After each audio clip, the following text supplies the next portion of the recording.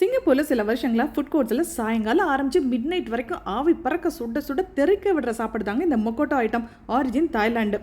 எந்த பிஸ்னஸையும் டிஃப்ரெண்ட்டாக பண்ணால் நிச்சயம் ஜெயிக்கலாம் அப்படிங்கிறதுக்கு இது ஒரு நல்ல எக்ஸாம்பிள். அவங்களோட கான்செப்டே அடுப்பு கொடுக்குறேன், வேணுங்கிற பொருளை கொடுக்குறேன், நீயே சமைச்சு சாப்பிட்டுட்டு பில்லை கட்டிட்டு போங்கிறது தான்.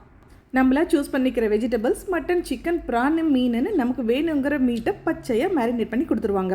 ஒரு கப்பு நிறைய வெஜிடபிள் சூப்பை கொடுத்துருவாங்க. அதுக்கு 4 வெரைட்டியான சாஸை கொடுத்துருவாங்க.